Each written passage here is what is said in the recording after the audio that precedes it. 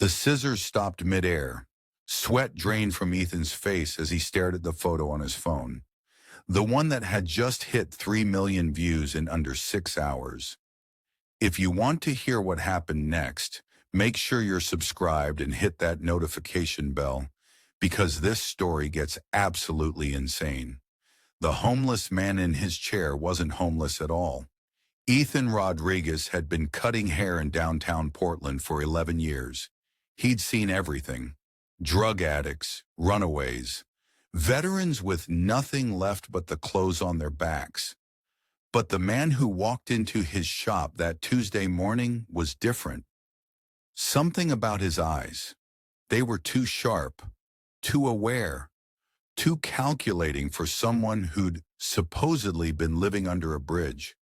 The man said his name was Paul. He had a beard down to his chest, matted hair that hadn't seen shampoo in months, and clothes that smelled like the city itself.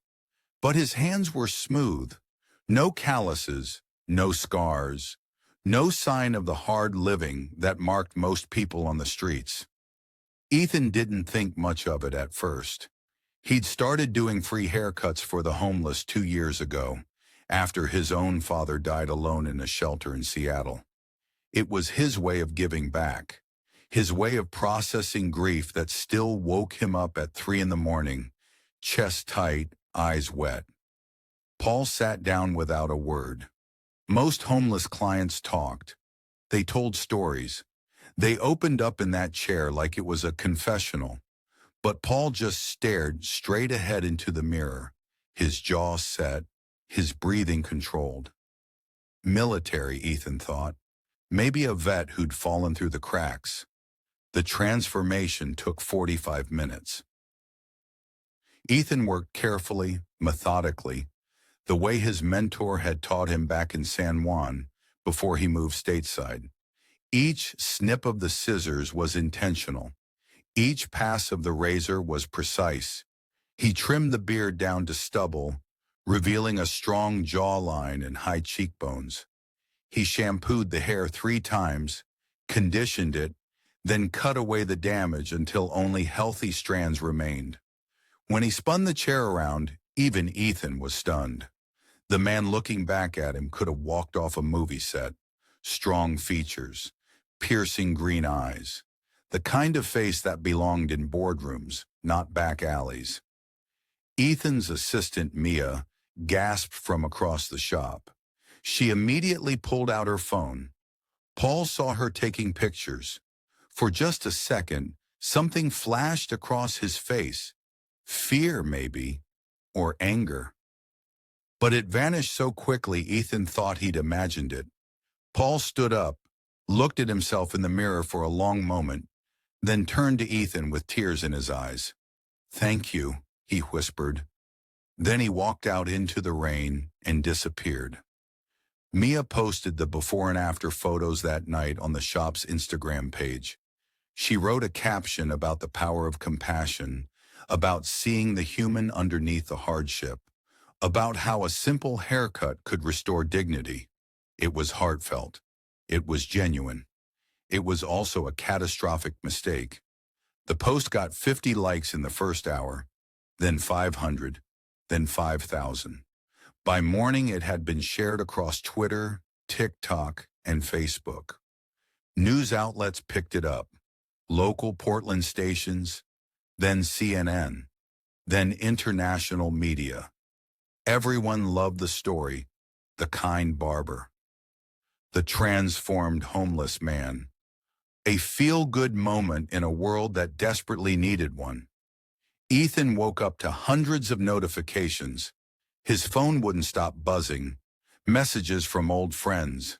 Interview requests from morning shows. A producer from Ellen's show asking about availability. His small barber shop in the Pearl District had become an overnight sensation. He should have been thrilled. But something felt wrong. Ethan kept staring at Paul's face in the photo. Those eyes, that expression, the way he'd reacted when Mia started taking pictures. The more Ethan looked, the more uneasy he became. He couldn't shake the feeling that he'd seen that face somewhere before. The call came 3 days later. Ethan was in the middle of a fade when his phone rang. Unknown number. He almost didn't answer, but something made him excuse himself. Step into the back room and pick up. "This is Special Agent Rebecca Torres with the FBI," the voice said. "We need to talk about the man you gave a haircut to last Tuesday." Ethan's stomach dropped. His first thought was that Paul had committed some crime. Maybe he was wanted. Maybe Ethan had unknowingly helped a fugitive. But what Agent Torres said next made his blood run cold. "The man in your photo is Cameron Blackwell," she said. "He's been missing for 6 years." Ethan sat down hard on a supply crate. 6 years, Agent Torres repeated. Cameron Blackwell was a senior accountant at Meridian Financial Group in Manhattan. On October 14, 2017, he walked out of his office at lunch and never came back. Left behind a wife, 2 kids, a brownstone in Brooklyn, and about $40 million in client funds that vanished the same day. Ethan couldn't breathe. "We've been looking for him ever since," Torres continued. "And then your photo shows up on the internet, and our facial recognition software flags it within hours. Mr. Rodriguez, you just found one of the most wanted white-collar criminals in America." The phone felt heavy in Ethan's hand. He thought about Paul's smooth hands, his controlled demeanor, the flash of fear when the camera came out. It all made sense now. The man hadn't been homeless. He'd been hiding, living on the streets of Portland, letting his appearance deteriorate until he was invisible, until he was just another face in the crowd that nobody looked at twice. But Ethan had looked, and Mia had posted, and now Cameron Blackwell's carefully constructed invisibility had been shattered by a viral Instagram post about kindness and transformation. "We need you to come to our field office," Torres said. "Today, we have questions." Ethan drove downtown in a daze. The FBI field office was in a nondescript building near the courthouse. Agent Torres met him in the lobby. She was younger than he expected, maybe early 30s, with dark hair pulled back and eyes that missed nothing. She led him to an interview room. For 2 hours they went over everything. What Paul had said, how he'd acted, whether he'd mentioned where he was staying or where he was going. Ethan told them everything he could remember, which wasn't much. Paul had barely spoken. He'd been a ghost even before they knew he was supposed to be one. Torres pulled up a case file on her laptop. Cameron Blackwell was brilliant, she explained. MIT graduate, certified public accountant. He worked his way up at Meridian Financial until he was managing accounts for some of their wealthiest clients. Old money, trust funds, estates. And over the course of 3 years, he systematically drained $40 million from 17 different accounts. Ethan stared at the screen. The photo showed a different man. Clean cut, expensive suit, confident smile. But the eyes were the same. Those sharp, calculating eyes that had watched Ethan in the mirror. The brilliant part, Torres continued, was how he did it. Small amounts over time, buried in complex transactions.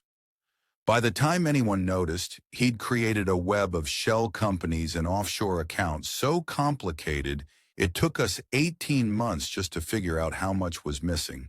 And by then, Cameron Blackwell had vanished. "Did he take the money with him?" Ethan asked. "We don't know," Torres admitted. "We've never found it. We've frozen what we could trace. But that's maybe 10 million. The rest is out there somewhere. And so was he. Until you cut his hair." Ethan felt sick. "The families he stole from," Torres said quietly. "Some of them lost everything. Retirement funds, college savings. One woman, a widow in her 70s, lost her late husband's entire estate. She's living with her daughter now, working part-time at a grocery store to make ends meet. Another family had to pull their kid out of private school. These weren't billionaires. They were people who trusted him. The weight of it settled on Ethan's chest. He'd felt good about that haircut, proud even. He'd thought he was helping someone, restoring dignity to a person the world had forgotten. But he'd actually given a makeover to a man who'd destroyed lives. A man who'd stolen millions and then hid among the most vulnerable people in society, using their suffering as camouflage. "What happens now?" Ethan asked. "Now we find him," Torres said, "and we need your help." They had a plan. Torres wanted Ethan to post on social media a message to Paul, or Cameron, or whoever he really was, asking him to come back to the shop, saying he had something to give him, maybe a care package, maybe more services, anything to draw him out. Ethan didn't want to do it. The thought of using his platform, his gesture of kindness, as bait made him feel dirty. But Torres showed him more photos.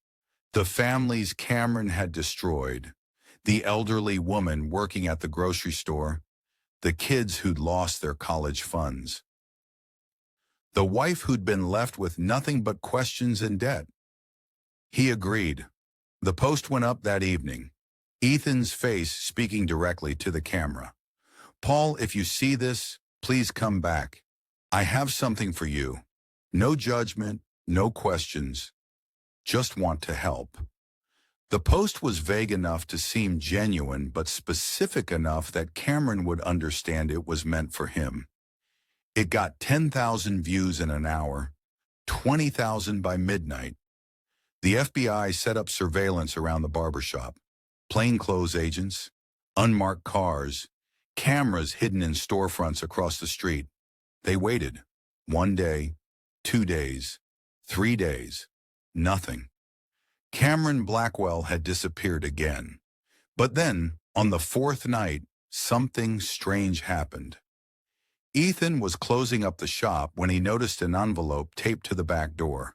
No postage, no return address. Just his name written in careful block letters. His hands shook as he opened it. Inside was a single sheet of paper and a USB drive. The letter was handwritten. Ethan recognized the precise, controlled penmanship. "I know what you did," it read. "I know they're watching. I'm not angry. You were trying to help, and that's more than most people in this world. But you need to understand something. I didn't take that money for myself. I took it because Meridian Financial was a front. My boss, Richard Ashford, was laundering money for people you don't want to meet. Cartels, traffickers, worse. I found out. I gathered evidence. And when I tried to go to the FBI, I discovered that Ashford had agents in his pocket." Ethan's mind reeled. "So I took the money," the letter continued, "all of it, and I disappeared, because if I didn't, I'd be dead.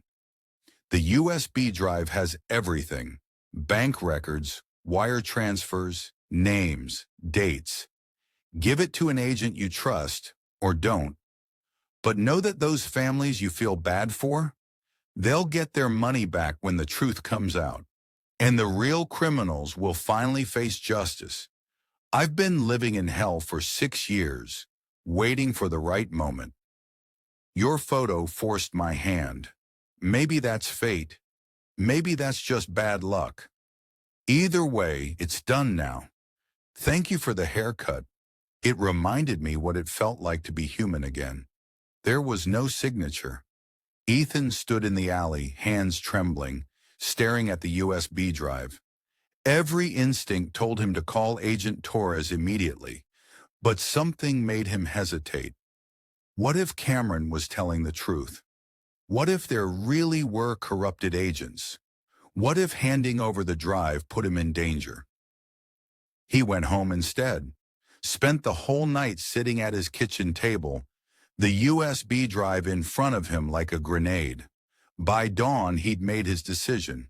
He called Torres, but he also called a journalist friend who worked for the Oregonian. Someone outside the system. Someone who could publish the information even if the FBI tried to bury it. Torres arrived within the hour. She was furious at first. Furious that Ethan had waited. Furious that he'd opened the envelope alone. But when they plugged in the USB drive and started going through the files, her expression changed. Hour after hour of documents, transactions, communications, and names, including 2 FBI agents who'd been on Ashford's payroll. Torres went pale. "This is real," she whispered. The investigation that followed was massive. Federal prosecutors, internal affairs.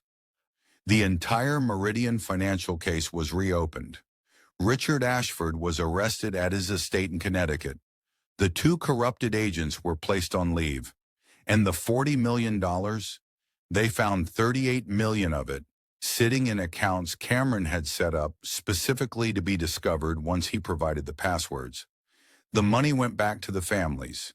The elderly woman quit her grocery store job.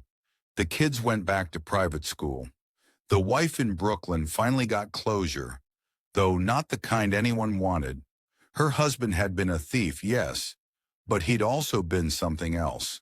A whistleblower who'd sacrificed everything because the system had failed him.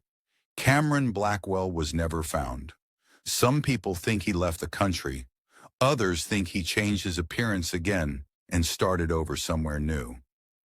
The FBI officially lists him as a fugitive, but unofficially, Torres told Ethan, they're not trying very hard to find him.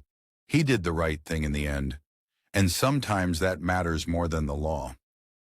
Ethan thought about that a lot. Thought about Cameron sitting in his chair, tears in his eyes when he saw himself in the mirror. Thought about 6 years of living on the streets, hiding, waiting, carrying the weight of all those secrets. Thought about the fact that a simple act of kindness had triggered an avalanche neither of them could have predicted. His barber shop became even more famous after the story broke, but Ethan hated it, hated the attention, hated being called a hero when all he'd done was cut someone's hair and accidentally destroy their cover. He kept doing free haircuts for the homeless, but he stopped posting about it. Stopped letting Mia take photos, kept it private, the way it should have been all along.